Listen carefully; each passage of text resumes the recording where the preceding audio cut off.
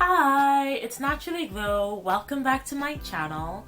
Today, I'm going to be giving you my 2-month update on these locks. I cannot believe it has been 2 months already.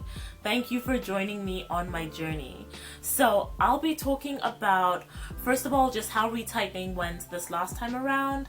Secondly, why I decided to combine a few of the locks at the very front of my head. And thirdly, just giving you a general update on how my hair is doing in terms of the locking process. So you already know I'm not a loctician, I'm not a beautician, not a professional hairstylist. I'm just a natural hair lover sharing my journey with you. All that being said, if you want to hear about how this past month has been for me, just stay tuned.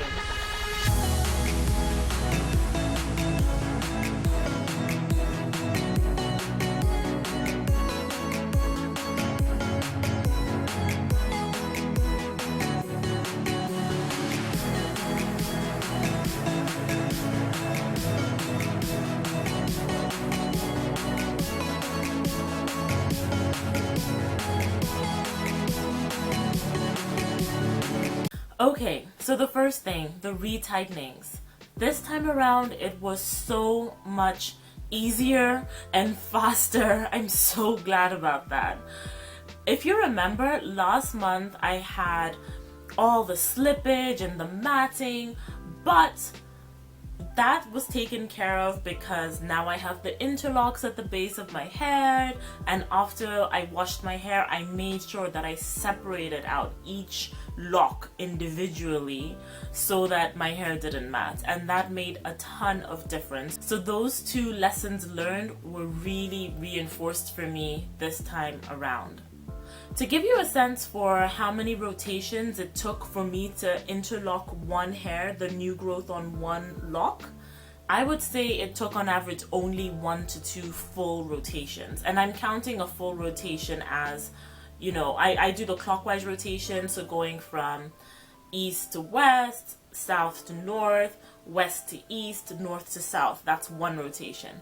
So on average it took 1 to 2 for each lock. In some cases it took a bit more than that, in some cases it took less, but that was much less than what I was doing last month when I did my first retightening. I would say that between not having substantial slippage and my hair not matting, that just the added experience of going into the retightening this month, that was the third reason why it was so much easier and so much quicker this month. Now in terms of the tightening, I did my first retightening at 4 weeks, and I did the second retightening 4 weeks later. Now again, based off of a lesson learned from my first month video, I did make sure that as the weeks were passing by, I was checking on my hair, I was seeing how much growth I had, I was seeing whether or not I had slippage. So from doing that assessment, I realized, I figured I didn't really need to do the retightening specifically at 4 weeks. I maybe could have waited 1 to 2 more weeks. But just given how last month went, I decided to just stick and do it at 4 weeks this time. In future, I'll see how it goes. Maybe I'll do 5 weeks. I don't think I'm going to push it out to 6 weeks quite yet. So that's the timing.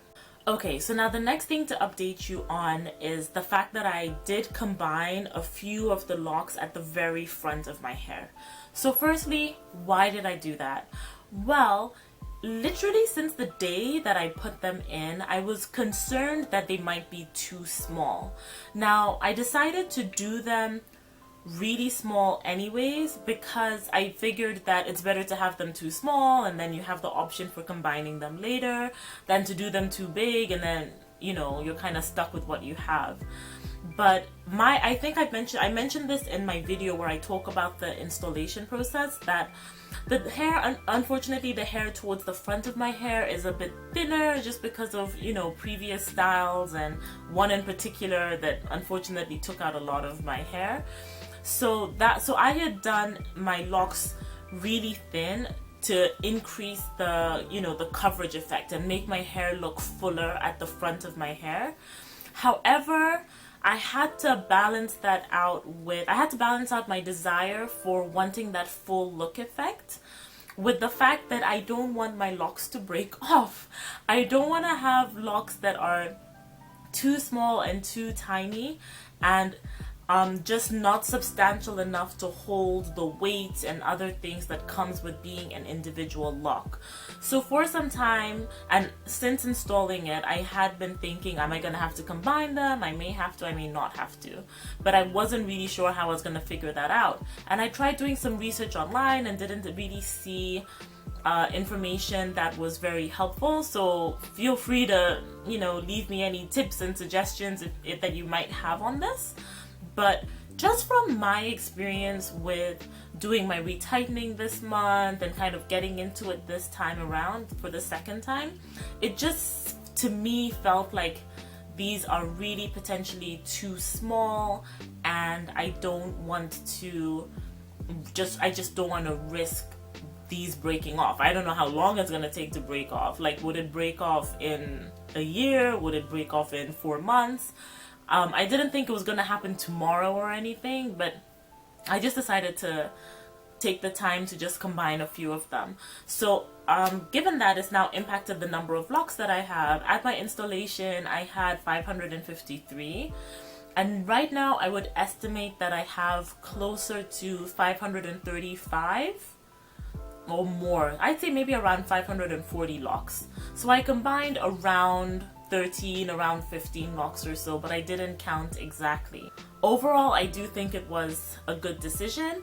I'm liking how the front of my hair looks. Like, in addition to combining some locks, I did roll some of my baby hairs at the very front of my hair into the lock. So I'm happy with how my hairline is looking now.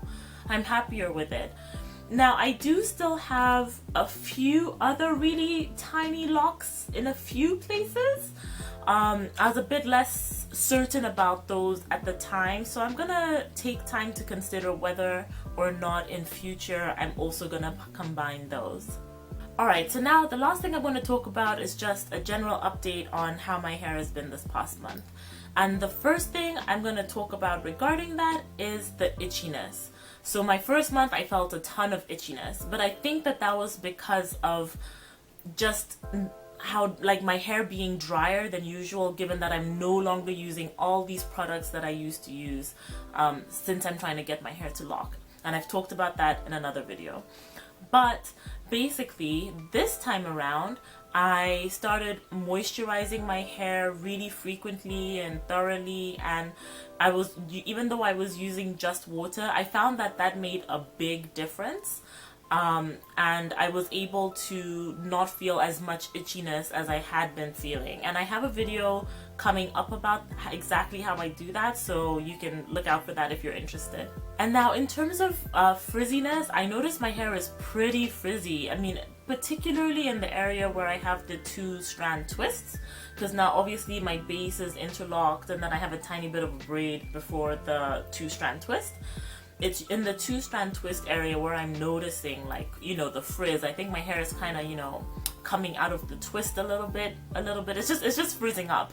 So what I'm trying to do is, as I retighten, I'm just trying to, twist it, kind of control it, kind of wrap it back around itself. I know it's gonna loosen up again, but at least at the time of retightening, that's when I've been taking care of that. And another thing that I've been noticing with my hair is that while the bottom is not unraveling, which I'm really happy about, I'm really happy that my hair is not unraveling, I have noticed that it's getting looser. The twist is getting looser. And I'm not exactly sure what to make of that. I'm like, should I tidy it up and tighten it up again, twist it again to make it tighter and not a loose twist? And like I said, I'm not very sure. I'm not sure if I want to put in effort into something if it's not necessary. So that's something that I'm giving some thought to. I've not noticed it on every single lock, but definitely a couple of them. I'm just noticing that twist is looser. So if you have any thoughts on that too, just let me know. But otherwise, if you recall from my installation video, when I was putting in these locks, or doing these locks to my hair, I did put in tiny little knots at the base just to help with preventing unraveling. And now, like, having gone almost 2 months of not having to have retightened or retwisted a lock, I am really happy with that decision.